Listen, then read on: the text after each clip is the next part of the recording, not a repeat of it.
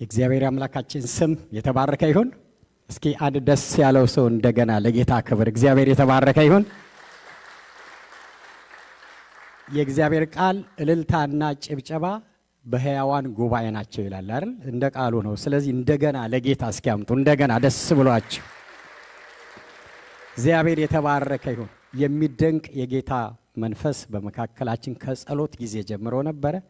እግዚአብሔር የተባረከ ይሁን። አሜን። እግዚአብሔርን አሰብኩት የሚል ቃል እግዚአብሔር ሰጠን። እግዚአብሔርን ስናስብ ደግሞ ባረከን። የባረኩንን ሁሉ እንደገና ባርኳቸው። እንደገና እግዚአብሔር የተጠቀመባቸውን ሁሉ ክብር ለኢየሱስ ይሁን። ሁላችሁንም በአክብሮት በትህትና ጠይቃለሁ። የከበረውን የእግዚአብሔርን ቃል እንቆምና አንብበን አጭር ጸሎት ጸልየን እንቀመጣለን። ልዩ ችግር ካለባችሁ ወገባችሁ ላይ ችግር ካለና መቆም ካልቻላችሁ ችግር የለውም፣ ቁጭ በሉ። ግን መቆም የምንችል እንቆማለን ለቃሉ ክብር ስለሆነ።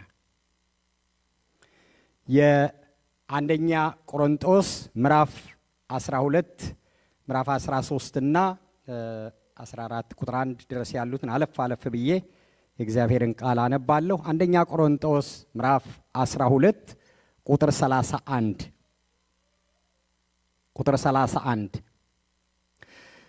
በጌታ በኢየሱስ ስም አነባለሁ። ነገር ግን የሚበልጠውን የጸጋ ስጦታ በብርቱ ፈልጉ፣ ደግሞም ከሁሉ የሚበልጠውን መንገድ አሳያችኋለሁ። ምዕራፍ 13 ቁጥር 1 በሰዎችና በመላእክት ልሳን ብናገር ፍቅር ግን ከሌለኝ እንደሚጮህ ነሐስ ወይም እንደሚንሸዋሸው ጽናጽል ሁኛለሁ። ትንቢት ቢኖረኝ ምስጢርንም ሁሉና ዕውቀትን ሁሉ ባውቅ ተራሮችንም እስከ ማፍለስ ድረስ እምነት ሁሉ ቢኖረኝ ፍቅር ግን ከሌለኝ ከንቱ ነኝ። ቁጥር 3 ድሆችን ልመግብ ያለኝን ሁሉ ባካፍል ሥጋዬንም ለእሳት መቃጠል አሳልፌ ብሰጥ ፍቅር ግን ከሌለኝ ምንም አይጠቅመኝም። ምዕራፍ 13 ቁጥር 4 ፍቅር ይታገሳል፣ ቸርነትንም ያደርጋል፣ አይታበይም፣ የማይገባውንም አያደርግም፣ የራሱንም አይፈልግም፣ አይበሳጭም፣ በደልንም አይቆጥርም፣ ከእውነት ጋር ደስ ይለዋል እንጂ ስለ አመፃ ደስ አይለውም። ሁሉን ይታገሳል፣ ሁሉን ያምናል፣ ሁሉን ተስፋ ያደርጋል፣ በሁሉ ይጸናል። ምዕራፍ 13 ቁጥር 13 እንዲሁም ከሆነ እምነት፣ ተስፋ፣ ፍቅር እነዚህ ሦስቱ ጸንተው ይኖራሉ፣ ከነዚህም የሚበልጠው ፍቅር ነው። ምዕራፍ 14 ቁጥር 1 ፍቅርን ተከታተሉ፣ መንፈሳዊ ስጦታንም ይልቁንም ትንቢት መናገርን በብርቱ ፈልጉ። አጭር ጸሎት እንጸልይ። አምላካችን እግዚአብሔር ሆይ በብዙ እንደገና እናመሰግንሃለን፣ እናከብርሃለን። በጸሎትም በአምልኮም እግዚአብሔር ሆይ በመካከላችን ስለነበርክ፣ ስላገኘህን፣ ስለዳሰስከን ክብር ሁሉ ላንተ ይሁን። እግዚአብሔር ሆይ አሁን ደግሞ በከበረው ቃልህ ሰማይና ምድርን በፈጠርክበት ጌታ ሆይ ድምፅህ እያንዳንዳችን እንድታገኝ እግዚአብሔር ሆይ እንድታስተምረን፣ እንድትናገረን፣ እንድትመክረን፣ እንድትሞላን፣ እንድትቀባን በኢየሱስ ስም እጸልያለሁ። ቃልህ ወደ እያንዳንዳችን እንዲመጣ እጸልያለሁ። እግዚአብሔር ሆይ አንድ ሰው በቃልህ ሳይነካ፣ ሳይጎበኝ፣ ሳይዳሰስ አንተን ሳያገኝ ስለማይወጣ መንፈስህ ደግሞ በውስጣችን የቃልህን ብርሃን እያበራ ስለሚፈታልን የሰማይ አምላክ እግዚአብሔር ሁሉን ደግሞ ሰብስቦ ለአንተ ክብር ስለሚያመጣ ስለ መንፈስ ቅዱስ ደግሞ እናመሰግንሃለን።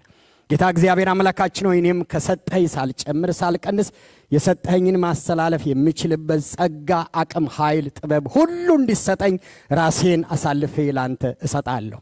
ይህንን በደምህ የዋጀውን ሕዝብ ደግሞ እግዚአብሔር ሆይ ያስተውሉ ዘንድ ልቦናቸውን ሁሉ እንድትከፍት በሁሉ እንድትረዳቸው አሳልፌ ሕዝብህን ለአንተ እሰጣለሁ። ያንን ክፉ ግን እንቃወማለን። የጠላት ሥራ ሁሉ የፈረሰ ይሆን፣ ማንኛውም የጠላት ወጥመድ ሁሉ የተመታ ይሁን። በሁሉ ለአንተ ክብር ይሁን፣ በጌታ በኢየሱስ ስም አሜን። እንቀመጣለን።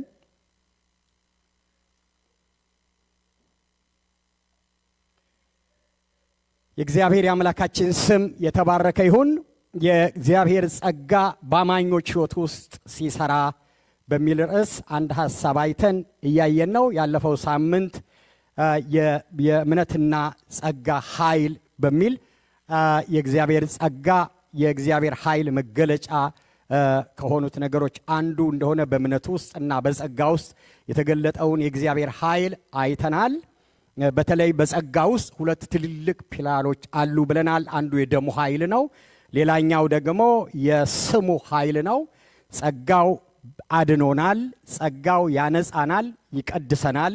ጸጋው ድልን ይሰጠናል። ከየትኛውም ወጥመድ ሁሉ አሸናፊዎች እንድንሆን ያደርገናል። ጸጋው በቤቱ ያኖረናል፣ እንድናገለግል አቅም ይሆነናል። ይህን ምድር አቋርጠን አገራችን እንድንደርስ ደግሞ ጉልበት ይሆነናል፣ በዛም ለሽልማት ያበቃናል ብለናል። ስለ እምነት ያነሳነው ባጭሩ ያመንነው ይሄ ሱፐርናቹራል የሆነውን አምላክ በሰማይ በምድር እኩያና አቻ የሌለው በተለይ የግሪኩን ትርጉም ወስደን ዱናሚስ የሚለው ይሄ ሱፐርናቹራል የሆነ ኃይል ችሎታና ጥንካሬ ያለውን አምላክ እሱን ነው ያመንነው። ይህን እምነት አሁን የቆምንበት ነው። እስከ መጨረሻ ጸንተን የምንኖርበት ነው። በመጨረሻም ላይ ደግሞ ሰማይ የምንገባበት እምነት ነው። እምነታችን አያሳፍርም፣ ስናምን ኃይል አለ ብለናል። ዛሬ ስለ ፍቅር ኃይል ነው የምናየው። እግዚአብሔር ኃይሉን ከገለጠባቸው የኃይል ምንጮች አንዱ የእግዚአብሔር ፍቅር ነው። ስለዚህ ስለ እግዚአብሔር ፍቅር ብዙ ጊዜ ተምረናል፣ እንማራለን፣ አንብበናል፣ እንሰበካለን። ዛሬም እንደገና ያው ለ2000 ዓመት መጽሐፉም ያው ነው። በተለያዩ ሰዎች እየተማረን ነው። ወደፊትም ጌታ እስኪመጣ ድረስ እንማራለን። ያው አገልጋዮች እዚህ የምናመጣው የተለየ መገለጥ የለም። የተገለጠው የእግዚአብሔር ሐሳብ ቆይቷል። ያንን ነው የምናበራራው። እግዚአብሔር የተባረከ ይሁን እና የበለጠ በውስጣችን ኃይሉ እንዲሰራ ነው የምናደርገው። ስለዚህ ጌታ እየረዳን ነው፣ ወደፊትም ይረዳናል። እግዚአብሔር የተባረከ ይሁን። ስለዚህ የእግዚአብሔር ፍቅር አንዱ እግዚአብሔር ኃይሉን የገለጠበት የኃይል ምንጭ ነውና ፍቅሩ ሲገባን እሱን ስንለማመድ በዛ መኖር ስንጀምር የእግዚአብሔር ኃይል በእኔና በእናንተ መስራት ይጀምራል። ከየትኛውም ወጥመዶች ሁሉ ነፃ እንሆናለን። የእግዚአብሔርን ፍቅር እኛ ኑረንበት ለሌሎች ደግሞ እናካፍላለን። በዛም ደግሞ እግዚአብሔር ደስ ይለዋል ይላል የእግዚአብሔር ቃል። ስለ ፍቅር ስናስብ ግሪኮቹ ባለፈው እንዳልኩት ሐዲስ ኪዳን የተጻፈው በግሪክ ስለሆነ ኦሪጂናል ትርጉሙ ስለ ፍቅር የግሪኮቹ በ8 ቦታ ላይ የሚመድቡት የፍቅር አይነት አለ። እኔ 3ቱን አነሳና የምናገረው ስለ አንደኛው ነው፣ ግን 2ቱን ዝም ብዬ አነሳቸዋለሁ ምክንያት ስላለኝ ማለት ነውና 8 አይነት የፍቅር አይነቶች አሉ። ከነሱ ውስጥ 3ቱን እናነሳለን። የመጀመሪያው የፍቅር አይነት ኤሮስ ይባላል። ኤሮስ ማለት በወንድና በሴት በባልና በሚስት መካከል ያለ የፍቅር አይነት ነው። ይሄ ሰው ከተፈጠረ ጊዜ ጀምሮ ከመጀመሪያው ከዘፍጥረት 3 ጀምሮ ያለ ነው። አዳም ሚስቱን የወደደባት ፍቅር፣ ሔዋን ደግሞ ባሏን የምትወድበት ፍቅር ነው። ይህንን ፍቅር ሰለሞን በምሳሌ በመኃልየ ዘሰሎሞን ላይ በደንብ አድርጎ አብራርቶታል። በተለይ መኃልየ ዘሰሎሞን ምዕራፍ 8 ከቁጥር 6 እስከ 8 ያለውን አንብቡት እና ስለዛ ፍቅር ነው የሚናገሩ። በባልና በሚስት መካከል ስላለ ፍቅር ነው። ጌታችን ኢየሱስ ክርስቶስ በማቴዎስ 19 ላይ ሰው አባትና እናቱን ይተዋል ከሚስቱም ጋር ይተባበራል ያለበት ፍቅር አንድ ሴት የወለዳትን አባቷንና የወለደቻትን እናቷን ትታ ከማታውቀው ወንድ ጋር አብራው ካላደገችው ጋር እንድትጣመር የሚያረጋት ፍቅር የተፈጥሮ ፍቅር ማለት ነው። ጳውሎስም በኤፌሶን ምዕራፍ 5 ላይ ባል ሚስቱን ይውደዳት ያለበት ፍቅር ማለት ነውና ይሄ ፍቅር የነበረ ነው፣ ያለ ነው፣ ይኖራል። አቢዩዝ የሚደረገው ልክ የዕብራውያን ጸሐፊ እንደተናገረው ወይም እንደጻፈልን ምዕራፍ 13 ላይ ጋብቻ ክቡር ነው፣ መኝታውም ንጹህ ይሁን፣ ሴሰኞችና መንዝሮችን ግን እግዚአብሔር ይፈርድባቸዋል ይላል። ሰው ይሄንን ቅዱስ የሆነውን በወንድና በሴት መካከል ያለውን የጋብቻ ፍቅር ወስዶ ለሌላ ሲጠቀምበት ነው ኃጢአት የሚሆነው ነውር የሚሆነው እግዚአብሔር የሚያዝነው ማለት ነው።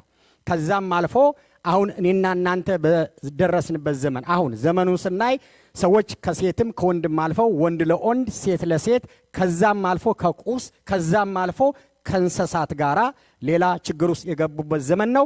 እግዚአብሔር ወደ እውነተኛው ፍቅር እንዲመልሰን መጸለይ ያስፈልጋል። ስለዚህ ኤሮስ የሚባል የፍቅር አይነት የመጀመሪያው በባልና በሚስት መካከል ያለ የፍቅር አይነት ነው። ሁለተኛው ፊሊያ ይባላል። በግሪክ ማለት ነው። ፊሊያ ማለት የወንድማማች ፍቅር ማለት ነው። በሰዎች መካከል ያለ የነበረ ወደፊትም ሚኖር እግዚአብሔር እንዲኖርም የሚፈልገው የፍቅር አይነት ነው። ይሄ መጽሐፍ ቅዱስ በሮሜ ምዕራፍ 12 ቁጥር 9 እስከ 12 ድረስ ፍቅራችሁ ያለ ግብዝነት ይሁን፣ ክፉ የሆነውን ነገር ሁሉ ተጸየፉት፣ በጎ ከሆነው ጋር ተባበሩ፣ ተቆራኙ፣ እርስ በርሳችሁ በወንድማማች መዋደድ አጥብቃችሁ ተዋደዱ፣ አንዱ ሌላውን ከራሱ በማስበለጥ እርስ በርሳችሁ ተከባበሩ፣ ጌታን ለማገልገል በመንፈስ የጋላችሁ ሁኑ እንጂ ከዚህ ትጋት ወደ ኋላ አትበሉ። በተስፋ ደስተኞች ሁኑ፣ በመከራ ታገሱ፣ በጸሎት ጽኑ፣ ችግረኛ ለሆኑ ቅዱሳን ካላችሁ አካፍሉ፣ እንግዶችን ተቀበሉ እያለ ይቀጥላል እና እዚህ ቦታ ላይ ያለው የወንድማማች ፍቅር ፊሊያ ይባላል እና ይሄ በሰዎች መካከል ያለ ጓደኞቻችንን ወንድሞቻችንን እንድንወድ የሚያዝ የመጽሐፍ ቅዱስ ክፍል ነው እና በሰዎች መካከል ሰዎች አንዱን ለአንዱ ወንድሞቻቸውን ጓደኞቻቸውን ሲወዱ ታያላችሁ። ይሄ ከኤሮስ የተለየ ነው። የጾታዊ ፍቅር አይደለም፣ በወንድማማች መካከል ያለ ፍቅር ነው። ይሄ ብዙ ሰው ጋር ታዩታላችሁ። ስለዚህ ያጠኑ ሰዎች ምን ይላሉ? በተለይ ይሄ የወንድማማች ፍቅር ሰዎች በእንካ በንካ ወይም ደግሞ በሰጥቶ መቀበል መርህ ላይ የተመሰረተ ነው ይላሉ። አብዛኞቹ እንደዛ ነው የሚጠቀሙትና ሰዎች ከወደዷቸው ይወዳሉ፣ ከሸሿቸው ይሸሻሉ፣ ስጦታ ከሰጧቸው ይሰጣሉ፣ ከጠየቋቸው ይጠይቃሉ እና በአንድ በኩል ኔጌቲቭ ነገር አለው ማለት ነው። ትክክለኛ ጌታ ኢየሱስም አንስቶታል። ሰዎች ወንድሞቻቸው እንዲወዱ በመጽሐፉ ሐሳብ ብንዋደድ እጅግ በጣም መልካም ነበር። ግን ይሄም ሙሉ አይደለም። በትክክል እንደ ቃሉ ሰዎች ሲተገብሩት አናይም። የሳተ ነው ማለት ነው እና ለሁሉ ሰው የሚሆን ፍቅር አይደለም ማለትና በመውደድና በመዋደድ ላይ የተመሰረተ ሆኖ ሰዎች ከጠሏቸው የሚጠሉ አይነት ማለት ነው። ጌታ ኢየሱስም ስለዚህ ተናግሯል። በተለይ በዮሐንስ ወንጌል ምዕራፍ 15 ላይ ትእዛዜ ይህች ናት፣ እኔ እንደወደድኳችሁ እናንተ እርስ በርሳችሁ ተዋደዱ። ስለ ወዳጆቹ ሕይወቱን አሳልፎ ከመስጠት የሚበልጥ ፍቅር ማንም የለውም። የማዛችሁን ብትፈጽሙ ወዳጆች ናችሁ። ከእንግዲህ ባሮች አልላችሁም፣ ባሪያ ጌታው የሚሰራውን አያውቅምና፣ ነገር ግን ከአባቴ የሰማሁትን ሁሉ ስለገለጽኩላችሁ ወዳጆቼ ብያችኋለሁ ይላል። ይሄን ጌታችን ኢየሱስ ክርስቶስ የተናገረው ትክክለኛ የሆነ ቢብሊካል መጽሐፍ ቅዱሳዊ የሆነ የወንድማማች መዋደድ ነው። የወንድማማችን መዋደድ ስንዋደድ ልክ ኢየሱስ ክርስቶስ በኋላ ማነሳውን እሱ እኛን የወደደባትን ፍቅር ቤተክርስቲያን የወደደባትን ፍቅር መነሻ አድርገን እኔ እንደወደድኳችሁ እንድትዋደዱ ይላል። ሰዎች ስጦታ ቢሰጧችሁ ባይሰጧችሁ ቢጠሏችሁ ቢወዷችሁ ሳይሆን እግዚአብሔር እኛን በወደደብን እንድንዋደድ ጌታ ኢየሱስ ክርስቶስ ያነሳው ክፍል ነው። ሌላው ዛሬ የምናየው እና እግዚአብሔር ኃይሉን ያስቀመጠበትና ሁላችንም እንዲኖረን ጌታችን ኢየሱስ ክርስቶስ በደንብ በሚገባ ይዞት መጥቶ ለዓለም ሁሉ የሰጠው እኛም እንዲኖረን የሚፈልገው ሶስተኛው አይነት ፍቅር የሰው ፍቅር ወይም የጾታ ፍቅር ሳይሆን ይሄ አጋፔ ወይም ደግሞ አጋፔ የሆነ ይሄ ሰልፍለስ የሆነ አንኮንዲሽናል ላቭ የሆነ ምንም ነገር ሳይፈልግ እግዚአብሔር አብ ልጁን ኢየሱስ ክርስቶስን ለዓለም የሰጠበትን ፍቅር ነው። አንደኛ ቆሮንቶስ ቅድም እንዳነበብኩላችሁ ይሄ ፍቅር እግዚአብሔር ያለው ፍቅር ነው። እግዚአብሔር ጋር ያለ ፍቅር ነው። እግዚአብሔር ከሰማያት ዮሐንስ እንደጻፈልን በምዕራፍ 3 ቁጥር 16 ላይ እግዚአብሔር ዓለምን ስለወደደ ይልና አንድ ልጁን ሰጠ ይላል። እንዲሁ ነው የሚለው። ይሄ እንዲሁ የሚለውን አስምሩበት። ያለ ምንም ነገር ምንም ሳይገኝብን እንዳውም ኃጢአተኞችና ጠላቶች ሳለን ወደደን ነው የሚለው። ጠላቶች ሁነን ሳለን ወደደን ነው የሚለው እና ይሄ ያለ ምንም ነገር ሳናደርግለት ምንም የሚወደድ ነገር ሳይኖረን ኃጢአተኞች ሁነን እያለን በደለኞች ሁነን እያለን በፊቱ መቆም የማይገባን ሁነን እያለን እንዲሁ በነፃ ወደደን ይላል። ስለዚህ ያንን ፍቅር ይዞ መጥቶ ዓለምን ነው የሚለው ዓለምን ሁሉ የተፈጠረውን ሁሉ እንዲሁ በነፃ ወደደ ይላል። እግዚአብሔር የተባረከ ይሁን። ስለዚህ ይሄ ፍቅር እንዲኖረን ነው አሁን ኤሮስም ፊሊዮም ሳይሆን ይሄኛው ከሰማይ የመጣው ፍቅር ምንም ነገር ሳንፈልግ ከሰዎች ሳንጠብቅ ቢወዱንም ቢጠሉንም ቢጠይቁንም ባይጠይቁንም ቢያሳድዱንም ባያሳድዱንም ብናገኝም ብናጣም ሁሉ ጊዜ ለሰዎች ልጆች በነፃ የሆነ ፍቅር እንዲኖረን ከጌታ የተቀበልነው የፍቅር አይነት አጋፔ ነው ማለት ነው። እና በነፃ ሰዎችን ሁሉ በእርሱ የሚያምን ሁሉ የዘላለም ሕይወት እንዲኖረው እንጂ እንዳይጠፋ እግዚአብሔር አንድያ ልጁን እስኪሰጥ ድረስ ዓለምን እንዲሁ ወዷልና ይላል።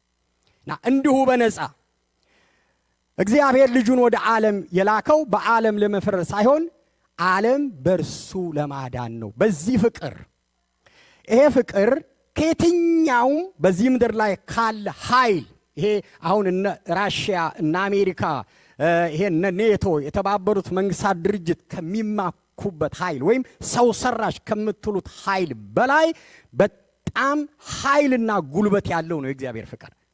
እግዚአብሔር የተባረከ ይሁን። አሜን። አይታይም፣ ግን ሲሰራ ታዩታላችሁ። እዚህ ውስጥ ያላችሁት ሴቶችም ወንዶችም አሁን ለጌታ የተማረካችሁት አንድም ሰው ጥይት ተተኩሶበት ጠመንጃ ተደቅኖበት ሳይሆን የክርስቶስ ፍቅር ነው የማረከን። አሜን።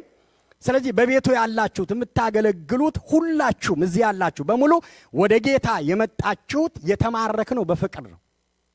ስለዚህ እግዚአብሔር ይሄ እንዲኖረን ነው የሚፈልገው አሁን እና ዓለምን በሙሉ ይችላል። ዓለምን በሙሉ መላእክቶቹን አሰልፎ ሰራዊት መድቦ በሙሉ እኛን ማንበርከክ ይችላል። ዓለምን ማጥፋት ይችላል። የሰራው እሱ ስለሆነ ግን እንዴት እንደሆነ አልገባንም። ለምን ብለንም አንጠይቅም። እግዚአብሔር ዓለምን በሙሉ የራሱ ያደረገበት ኃይል ፍቅር ይባላል። እግዚአብሔር የተባረከ ይሁን። አሜን። እንዲሁ ያውም ደግሞ ባለፈው እንዳነሳ ነው በቀራንዮ መስቀል ላይ ለኃጢአተኞች ለበደለኞች ለኛ እርቃኑን መስቀል ላይ ተሰቅሎ ፍቅሩን በመስቀል ገልጾ እኛን ሁላችንም የራሱ አድርጎናል። እግዚአብሔር የተባረከ ይሁን። ስለዚህ በዚህ ፍቅር እኛ እንድናድግ ይሄ ነገር እንዲኖረን ነው የሚፈልገው። እግዚአብሔር የሰጠን አንዱ ትልቁ ስጦታ ይሄ ነው። ሐዋርያው ቅዱስ ጳውሎስ በዚህ ቅድም ባነበብኩት ክፍል ምዕራፍ 13 ከምዕራፍ 12 እስከ ምዕራፍ 13 ወይም ደግሞ 14 ቁጥር 1 ግማሹ ድረስ ስለ ፍቅር አንስቶ የተነተነውን 3 ሐሳቦች አንስቼ ባጭሩ እናገራለሁ። የመጀመሪያው ሐዋርያው ቅዱስ ጳውሎስ ከምዕራፍ 12 ላይ ዝርዝሩ የመንፈስ ቅዱስ ስጦታዎችን ነው የሚናገረው። እንደዚህ ባለፈው አንስተናል። መንፈስ ቅዱስ ከሚያደርጋቸው ነገሮች አንዱ ለኛ ስጦታዎች መስጠት ነው እና እነኛን ይዘረዝርና ምዕራፍ 12 ቁጥር 31 ላይ ሲደርስ አንድ የሚያነሳው ትልቅ ነገር አለ። ምን ይላል? ከሁሉ የሚበልጥ ብሎ አስቀምጧል። እና ፍቅር ከሁሉ ይበልጣል። በመጽሐፍ ቅዱስ ከሁሉ ይበልጣል ተብሎ የተጻፈው አንዱ ፍቅር ነው። ስለዚህ ይበልጣል ይላል። ቁጥር 13 ላይ ምዕራፍ 13 ይሄንኑ ነው። ነገር ግን ከሁሉ የሚበልጠውን ስጦታ በብርቱ ፈልጉ ይልና ደግሞም ከሁሉ የሚበልጠውን መንገድ አሳያቸዋለሁ ይላል። እንደገና ቁጥር 13 ምዕራፍ 13 ቁጥር 13 ላይ እንግዲህ እምነት፣ ተስፋ፣ ፍቅር እነዚህ ሶስቱ ጸንተው ይኖራሉ፣ ከነዚህ የሚበልጠው ደግሞ ፍቅር ነው ይላል። ስለዚህ ፈልጉ አጥብቃችሁ የተባልነው የመጀመሪያው ነገር ጳውሎስ ምንድነው የሚለው? የሚበልጥ ነገር አለ ይላል። ብዙ እነኚህ ስጦታዎች የተዘረዘሩት ሁሉ እንዳሉ ሆነው ፍቅር ግን ከሁሉ በላይ ነው፣ ይበልጣል። ለምንድነው ይበልጣል ያለው? ለምንድነው የሚበልጣል ያለው? በደንብ ስሙኝ። እነኚህ የተዘረዘሩ ስጦታዎች በሙሉ እዚህ 12 ላይ እስከ ቁጥር 30 የተዘረዘሩት ሌሎችም ስጦታዎች በሙሉ እግዚአብሔር በመንፈስ ቅዱስ አማካኝነት ለአማኝና ለአገልጋይ የሚሰጣቸው ስጦታዎች ስለሆኑ ነው። ፍቅር ግን ስጦታ ሳይሆን ራሱ እግዚአብሔር ነው። ስለዚህ ሰጪውና ስጦታው ብለን መያዝ እንችላለን። ፍቅር እግዚአብሔር ነው። ክብር ለእግዚአብሔር ይሁን። አሜን። ፍቅር ያለን የጸጋ ስጦታ ሳይሆን ራሱ ዋናው ኦሪጂናሉ ነው ማለት ነው። ዘ ፐርፐስ ድሪቨን ላይፍ የሚል አንድ መጽሐፍ አለ። ያነበባችሁ ሰዎች ትኖራላችሁ። በአማርኛም ተተርጉሟል። ዓላማ መር ሕይወት የሚለው ማለት እሱን መጽሐፍ የጻፈ ሰው እዛ ላይ አንድ አርቲክል የጻፈው አርቲክል አለ። ምን ይላል? እግዚአብሔር ፍቅር ሳይሆን አሁን እኛ ፍቅር እንዲኖረን ነው እግዚአብሔር እየተናገረን ያለው፣ እያስተማረን ያለው፣ እያስታጠቀን ያለው፣ ይኖራችሁ እያለን ያለው ፍቅር ስጦታዎችን ነው አይደል? ምን ይላል የዛ መጽሐፍ ጸሐፊ? እግዚአብሔር ፍቅር ሳይሆን ያለው ራሱ ፍቅር ነው ይላል። እኛ የፍቅር ልጆች ነን፣ ፍቅር እንቀበላለን። ፍቅርና የፍቅር ምንጭ ግን እግዚአብሔር ነው። ስለዚህ እግዚአብሔርን ራሱን እንዲኖራችሁ ይላል ጳውሎስ። እግዚአብሔር የተባረከ ይሁን እና በመጨረሻው አሁን ዛሬ የምናነሳው ለአገልግሎታችን ብቻ ሳይሆን ለሕይወታችን በእግዚአብሔር ቤት ላለን ቆይታ ዋና የሚያስፈልገን ነገር እግዚአብሔር ነው።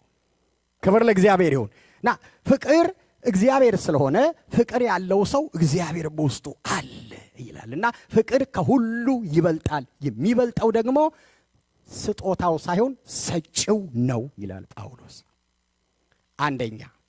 ሁለተኛ፣ ፍቅር የሌለው ሰው ምንም አይነት ስጦታ ቢኖረው፣ ምንም አይነት ስም ቢኖረው ከንቱ ነው ይላል ጳውሎስ።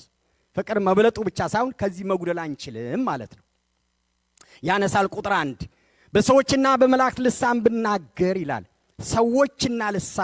በሰዎችና በመላእክት ልዩ በሆነ ቋንቋ ብናገር፣ ሰው የሚሰማው የማይሰማው በጣም የረቀቀ ነገር ባወራ ብናገር፣ ንግግር ችሎታ ቢኖረኝ፣ ሰማይ መላእክቶች የሚያወሩትን ነገር ብናገር፣ ፍቅር ግን ከሌለኝ እንደሚጮህ ነሐስ ወይም እንደሚንሸዋሸው ጽናጽል፣ በሌላ አባባል ድምፅ ብቻ ነኝ ይላል እና ምንም አይነት ስጦታዎች ትንቢት ቢኖረኝ ይላል፣ ስጋዬን እንኳን ስለ እምነቴ ስለ አገልግሎቴ ራሴን አጥፍቼ ለሳት መቃጠል አሳልፌ ብሰጥ፣ ግን መነሻው ፍቅር ካልሆነ፣ የሕይወቴም የእምነቴም የአገልግሎቴም መነሻው ፍቅር ካልሆነ ምንም ነገር አይጠቅመኝም ይላል።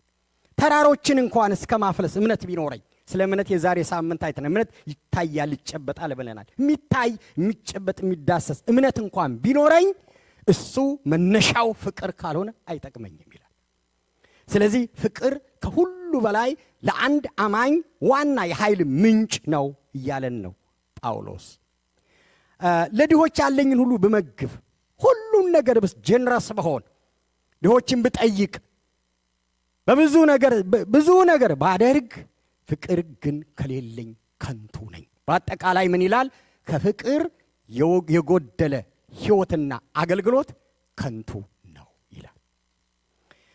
ሶስተኛ እዚህ ቦታ ላይ የሚያነሳቸው በዝርዝር እነሱን ትንሽ ለማንሳት እሞክራለሁ ካለኛ አጠር አድርጌ። ይሄ መለኮታዊ የሆነ ሰማያዊ ፍቅር፣ አጋፔ የሆነ ፍቅር፣ የእግዚአብሔር ፍቅር፣ እግዚአብሔር የሆነ ፍቅር፣ የሚያስፈልግ የሚሻልና የሚበልጥ ፍቅር አንድ ሰው እንዳለውና እንደሌለው ወይም ደግሞ ውስጡ ያለው ነገር አውጥቶ እንደሚጠቀምበት ምልክት አለው ይላል ጳውሎስ። ይሄ አጋፔ የሆነው ሰማያዊ ፍቅር፣ መለኮታዊ ፍቅር በሰዎች ሕይወት ውስጥ እንደሚሰራ ምልክቶቹን እዚህ ጋር ያስቀምጣል። ከቁጥር 4 እስከ 7 ያነሳል። ሰፊ ናቸው፣ አንብቧቸው። አንደኛ ፍቅር ታጋሽ ነው ይላልና ትዕግስት የፍቅር ውጤት ነው። ስለዚህ በቤታችሁ፣ በሕይወታችሁ፣ በመስሪያ ቤት፣ በአገልግሎት በጣም ታጋሽ ሴት ካያችሁ ወይም ታጋሽ ሰው ካያችሁ ያ ሰው ከፍቅር ሕይወት የተካፈለ ነው ማለት ነው እና ትዕግስት አንዱ የፍቅር ምልክት ነውና ይሄ ጥልቅ የሆነው ፍቅር፣ ሰዋዊ ያልሆነው፣ ጾታዊ ያልሆነው ፍቅር፣ የእግዚአብሔር ፍቅር፣ የመስቀል ፍቅር፣ የተወደደበት ፍቅር፣ አጋፔ የሆነ ፍቅር ሕይወቱን የወረሰው ሰው ሁል ጊዜ በማንኛውም ሁኔታ ታጋሽ ነው ማለት ነው። እንድትታገሱ ያደርጋችኋል ማለት ነው። ፍቅር ይላል ጳውሎስ ቸር ነው ይላል፣ ደግ ነው፣ ሩህሩህ ነው፣ ቸርነትን ያደርጋል ይላል። ሰው በራሱ ቸርነት ሊያደርግ አይችልም፣ ለራሱ ቢታገስ አይችልም። ግን በቸርነት የሚመላለሱ ሰዎች ካያችሁ፣ ደጎች ገሮች ከሆኑ እነኚህ የተካፈሉት የጌታን ፍቅር ነው ማለት ነው። ሰማይ ያለውን ፍቅር፣ አጋፔ የሆነውን ፍቅር፣ የእግዚአብሔርን መለኮታዊ ፍቅር የተካፈሉ ሰዎች ናቸው ማለት ነው። ፍቅር አይመቀኝም ይላል። ሌላውን ሰው በክፋት አያይም፣ አይመቀኝም። በሚሳካላቸው ሰዎች፣ እግዚአብሔር በባረካቸው ሰዎች፣ በሚያገለግሉ ሰዎች፣ በመስሪያ ቤት አብረው በሚሰሩ በጎረቤት ሁሉ አብሮት በሚኖር ሰው ሁሉ ላይ አይመቀኝም ይላል።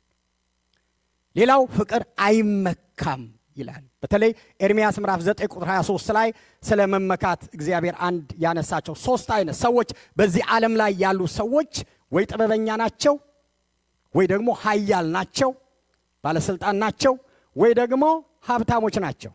እነኚህ ዓለምን የገዙ 3ቱ ነገሮች የሚባሉት እነኚህ ናቸው። እነኚህ ጥበበኞቹ እስከ ጨረቃ የወጡ ማለት ነው። ፕላኔቶችን የሚመራመሩ ተመራማሪዎች፣ ሳይንቲስቶች። እንደገና ደግሞ የዚህን ዓለምን አሁን ዓለምን አሁን ጠቅልለን እንመራለን የሚሉ ኃያል ሀገራት እንደነ አሜሪካ ማለት እንደነ ሩሲያ፣ ሌሎች በሀብታቸው ደግሞ በጣም ጥግ የደረሱ ሰዎች እና 3ቱንም ያነሳል ኤርምያስ ምዕራፍ 29 ቁጥር 23 ላይ ጠቢብ በጥበቡ አይመካ፣ ኃያልም በኃይሉ አይመካ፣ ባለጸጋም በሀብቱ አይመካ ይልና ግን ትምክት የምናደርጋቸውን ነገሮች ሲዘረዝር እኔ እግዚአብሔር መሆኔን በማወጉን ይመካ ይላል። ይህ ብቻ ነው። ምሕረትም ማድረግ፣ ቸርነትም ማድረግ፣ ጽድቅም ማድረግ፣ ፍትህም ማድረግ በምድር ላይ እኔ እንደሆንኩኝ በማወቁ የሚመካ ሰው በዚህ ትምክቱ እደሰታለሁ ይላል። እግዚአብሔር የተባረከ ይሁን። አሜን። በዚህ ትምክቱ፣ ይሄንን ትምክቱ ባደረገ ሰው እኔ እደሰታለሁኝ ይላል። ስለዚህ አይመካም። ፍቅር ውስጣችን ሲኖር በምድራዊ ነገር እነኚህ ጥበብ ካለው ለጌታ ክብር፣ ለቤተ ክርስቲያን መታነጽ ወይም ለሌሎች ጥቅም ያውላል። ኃይል ካለው እግዚአብሔር ኃይል ከሰጠው እግዚአብሔርን ለማክበር ለሌሎች መታነጽ ይሰራል።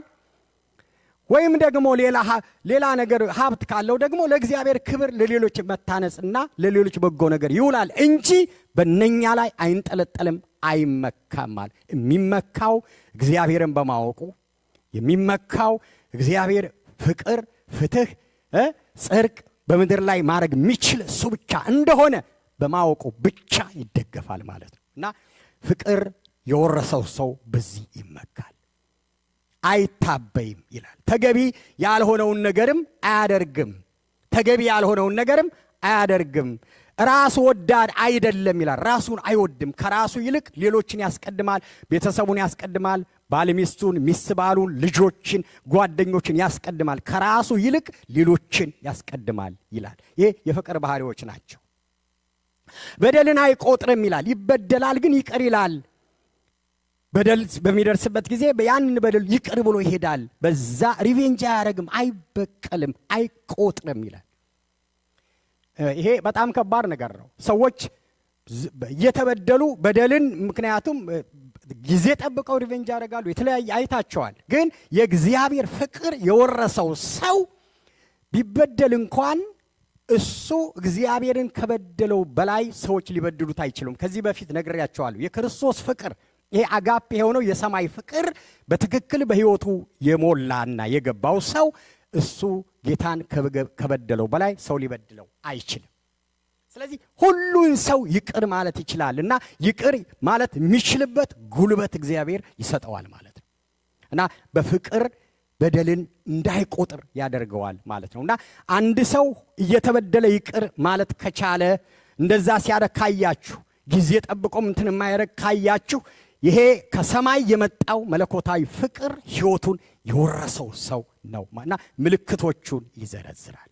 ፍቅር ከእውነት ጋር ደስ ይለዋል እንጂ በአመፃ ደስ አይሰኝም ይላል። አመፅ ውስጥ አታገኙትም። በዓለም ይሁን፣ በመስሪያ ቤት ይሁን፣ በቤተ ክርስቲያን ይሁን፣ በጎረቤት ይሁን፣ በጓደኛ ይሁን አመፅ መስሎ ከታየው ከዛ ይሸሻል ማለት ነው። ለምን? በፍቅር አመፅ የለም ማለት ነው እና አመፀኛ አይሆንም፣ የለም ይላል። ፍቅር ሁል ጊዜ ይታገሳል ይላል። ቅድም ፍቅር ታጋሽ ነው ብያቸዋለሁ። አንድ ቀን አይደለም፣ ሁል ጊዜ የማይገባ ነገር እያየ የማይገባ ነገር ሲደረግ እያየ ዝም ይላል፣ ይታገሳል። ስለማያውቅ አይደለም፣ ማድረግ ስለማይችል አይደለም፣ ግን የፍቅር ባህሪ ይሄ ሰማያዊ የሆነው የመለኮት የአጋፔ የሆነው ፍቅር በሕይወቱ የነገሰ ሰው ሁል ጊዜ አንድ ቀን፣ አንድ ወር፣ አንድ ዓመት፣ 2 ዓመት፣ 10 ዓመት፣ 20 ዓመት፣ 30 ዓመት ሁል ጊዜ ታጋሽ ነው ማለት ነው። ስለዚህ ሁል ጊዜ ይታገሳል። በአዲሱ መደበኛ ትርጉም ነው እያነበብኩት ያለሁት። ምናልባት የድሮውን የያዛችሁ ሰዎች ትንሽ ቀየር ካለባችሁ አዲሱን መደበኛ ትርጉም ስለጻፍኩ ነው እኔ። እና ሁል ጊዜ ይታገሳል ይላል። ሁል ጊዜ እናንተ ጋር ሁሉን ያምናል ነው የሚለው፣ እዚህ ግን ሁል ጊዜ ይታመናል ይላል። እግዚአብሔር ይባረክ። አሜን። እውነተኛ የሆነው መለኮታዊ ፍቅር፣ የእግዚአብሔር ፍቅር፣ አጋፔ የሆነው ፍቅር፣ የእግዚአብሔር ፍቅር ጠዋትም ያምናል፣ ማታም ያምናል፣ ጠዋትም ሁል ጊዜ አማኝ ነው። እግዚአብሔር የተባረከ ይሁን። አሜን። ቢያገኝም ያምናል፣ ቢያጣ አማኝ ነው።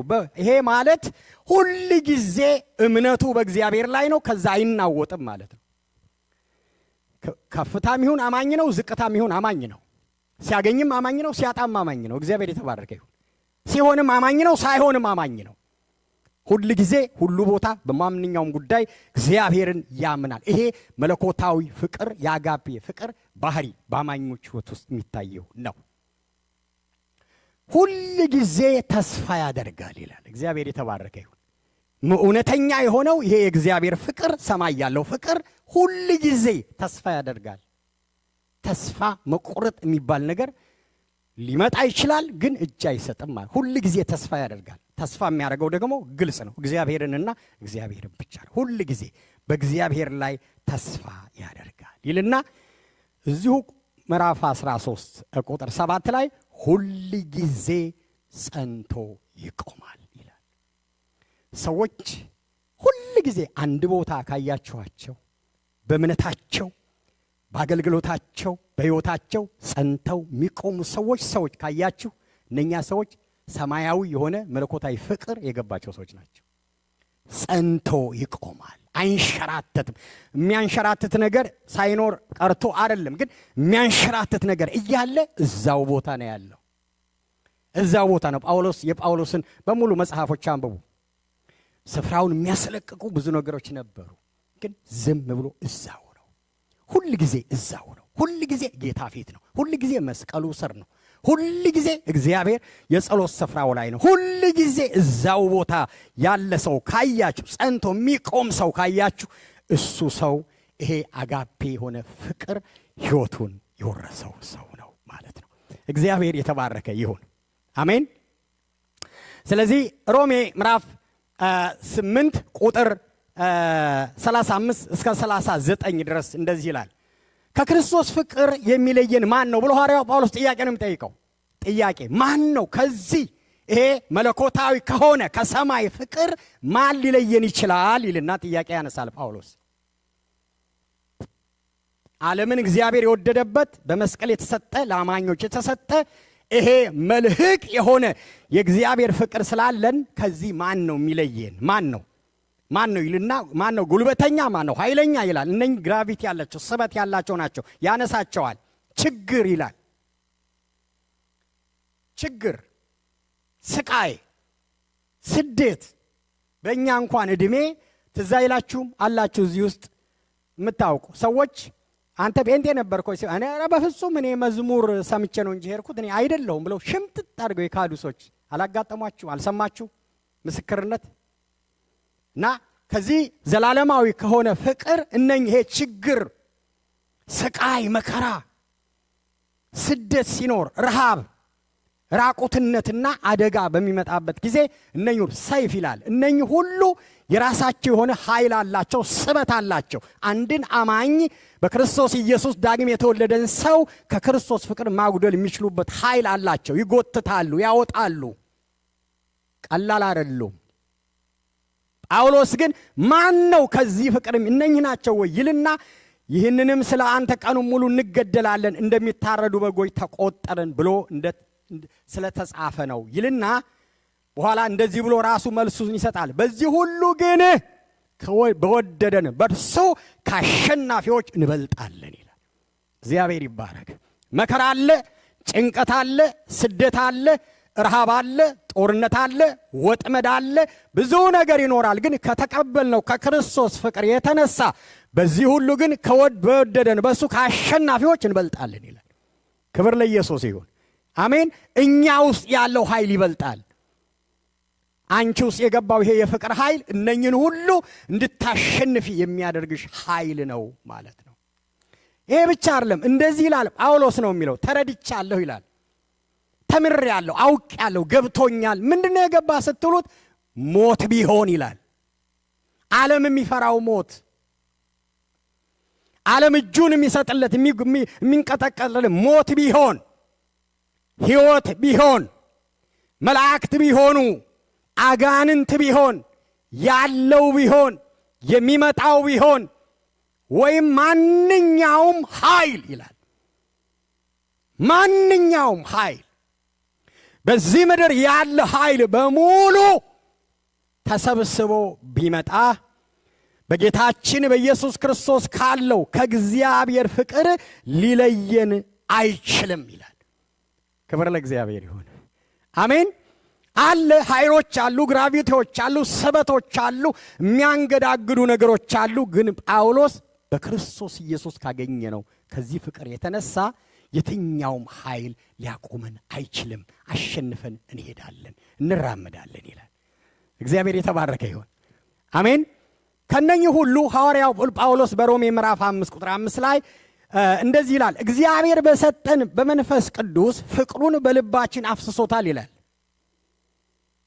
እግዚአብሔር የሰጠን መንፈስ ባለፈው የዛሬ 3 ሳምንት ያየነው የእግዚአብሔር መንፈስ አንዱ የሰጠን ልባችን ውስጥ በመንፈስ ቅዱስ የእግዚአብሔርን ፍቅር ነው። ይሄ የትኛው ፍቅር ነው? ይሄ አጋፔ የሆነው ፍቅር፣ ኤሮስም አይደለም፣ ፊሊዮም አይደለም፣ ሌላ 8ቱም ፍቅር አይነቶች አይደል። አጋፔ የሆነው ፍቅር የእግዚአብሔር ፍቅር በመንፈስ ቅዱስ በልባችን ፈሷል ይልና ሐዋርያው ጳውሎስ እንደገና በሌላ ቦታ በሁለተኛ ጢሞቴዎስ ምዕራፍ 1 ቁጥር 7 ላይ እግዚአብሔር ይላል የኃይል የፍቅር ራስን የመግዛት መንፈስ ሰጠን እንጂ የፍርሃት መንፈስ አልሰጠንም ይላል። እግዚአብሔር የተባረከ ይሁን። እግዚአብሔር የኃይልና የፍቅር መንፈስ ሰጥቶናል። ይሄ ደግሞ እኛ ይህንን ክፉን ዓለም አቋርጠን የምናልፍበት ኃይል ነው። እግዚአብሔር የሰጠን ኃይል የፍቅር ኃይል ይባላል። ፍቅር ውስጥ ኃይል አለ፣ ምንጭ አለ፣ የሚመነጭ ምንጭ አለ፣ የእግዚአብሔር ጉልበት አለ። ፍቅር ውስጥ አቅም አለ፣ ጉልበት አለ። ሕይወታችንን የሚታንጽ ከአደጋ ሁሉ የሚጠብቅ አገራችንን የሚያደርስ አለ። በአማኞች ሕይወት ውስጥ እግዚአብሔር ዘላለማዊ የሆነውን ኃይሉን ፍቅሩን ወይም ሰማይ ያለውን የእግዚአብሔርን መለኮታዊ ፍቅር አማኞች ተለማምደውት የእግዚአብሔርን በረከት በሙሉ እንዲቀበሉበት ያስቀመጠባቸው ብለን ያነሳናቸው ሐሳቦች ሪማይንድ ላድርጋችሁ። የመጀመሪያው የእግዚአብሔር ቃል ነው። ቃሉ የሕይወትና የተግባር መመሪያችን ነው። ይሄ የከበረው የእግዚአብሔር ቃል የእግዚአብሔር የኃይል ምንጭ ነው። ቃሉ እና ደግሞ ባለፈው ያነሳነው የመንፈስ ቅዱስ ኃይል የእግዚአብሔር መንፈሱን በመንፈስ ቅዱስ አማካኝነት እኛ ውስጥ ኃይሉን አስቀምጠዋል። ስንጸልይ በጸሎት ውስጥ እግዚአብሔር ኃይሉን አስቀምጠዋል። በጸጋና በእምነት ውስጥ እግዚአብሔር አቅም የምናገኝበትን ኃይል አስቀምጠዋል። በፍቅር ውስጥ እግዚአብሔር ኃይሉን አስቀምጠዋል። እግዚአብሔር የተባረከ ይሁን። በእነኚህ ውስጥ ስንገባ አንደኛ እስካሁን ያጋጠሙን ነገሮች አሉ አይደለ? የተቀበልናቸው የመጀመሪያው ትልቁ ነገር ባለፈው እንደተማርነው ድህንነት ተቀበለናል። የዘላለም ሕይወት ያገኘነው እነኚህ ውስጥ ባለ ጸጋ የእግዚአብሔር ኃይል ነው። እቤቱ አሁን አምሮብን ያለ ነው። አሁን እቤቱ ያለ ነው የምናመልከው፣ እዚህ የምንመጣው አንድ ላይ ተሰብስበን የተቀመጥነው ቃሉ ውስጥ፣ መንፈሱ ውስጥ፣ ጸሎቱ ውስጥ፣ እምነቱ ውስጥ፣ ጸጋ ውስጥ፣ ፍቅሩ ውስጥ እግዚአብሔር ባስቀመጠው ችሎታ ነው። እሱ ውስጣችን ሲሰራ ወደዚህ ያመጣናል፣ እቤቱ ያስቀምጠናል፣ ያኖረናል። እንድናገለግል፣ እንድንሰብክ፣ እንድናስተምር አቅም፣ ጉልበት፣ ጸጋ ይሰጠናል። በቤቱ ያኖረናል። እንድናገለግል ደግሞ እንደየችሎታችን እንደየአቅማችን እንደተሰጠን ለአንዱ ስብከት፣ ለአንዱ ዝማሬ፣ ለአንዱ አመራር፣ ለአንዱ ጸሎት፣ ለአንዱ ዲያቆናት፣ ለአንዱ ቪዲዮ መቅረጽ፣ ለአንዱ ሳውንድ ሲስተም፣ ለአንዱ ሙዚቃ መጫወት፣ ለሁላችን ይሄው ኃይል ውስጣችን ብቃት ይሰጣል እንድናገለግል አዘጋጅቶ ባለፈው እንዳነሳ ነው ሸልሞ ሰርቶ አበጃጅቶ ንጉሡ ፊት ለሽልማት ያበቃናል፣ አገራችን ደግሞ ያደርሰናል። ክብር ለእግዚአብሔር ይሁን፣ ክብር ለእግዚአብሔር ይሁን። ፊልጵስዩስ ምዕራፍ 4 ቁጥር 13 ሁላችሁም አውጡትና ይህንን ቃል አንድ ጊዜ እንበለው። ፊልጵስዩስ ምዕራፍ 4:13 ሐዋርያው ጳውሎስ የተናገረው ትልቅ ነገር ነው። ኃይልን በሚሰጠኝ በእርሱ ሁሉን ማድረግ እችላለሁ። እግዚአብሔር የተባረከ ይሁን። እስኪ አንድ ጊዜ ከኔ ጋር እንበለው ይሄን። ኃይልን በሚሰጠኝ በክርስቶስ ሁሉን ማድረግ እችላለሁ። በደንብ በሉ ሁሉ ሰው አይኖቻችሁን ጨፍኑና በሉት ይሄን አንድ ጊዜ። ኃይልን በሚሰጠኝ በእርሱ ሁሉን ማድረግ እችላለሁ። እችላለሁ፣ እችላለሁ። በቃሉ እችላለሁ፣ በመንፈሱ እችላለሁ፣ በጸሎት እችላለሁ፣ በእምነት እችላለሁ፣ በጸጋ እችላለሁ፣ በፍቅር እችላለሁ። ኃይልን በሚሰጠኝ በእርሱ ሁሉን ማድረግ እችላለሁ። እንጸልያለን ሁላችን።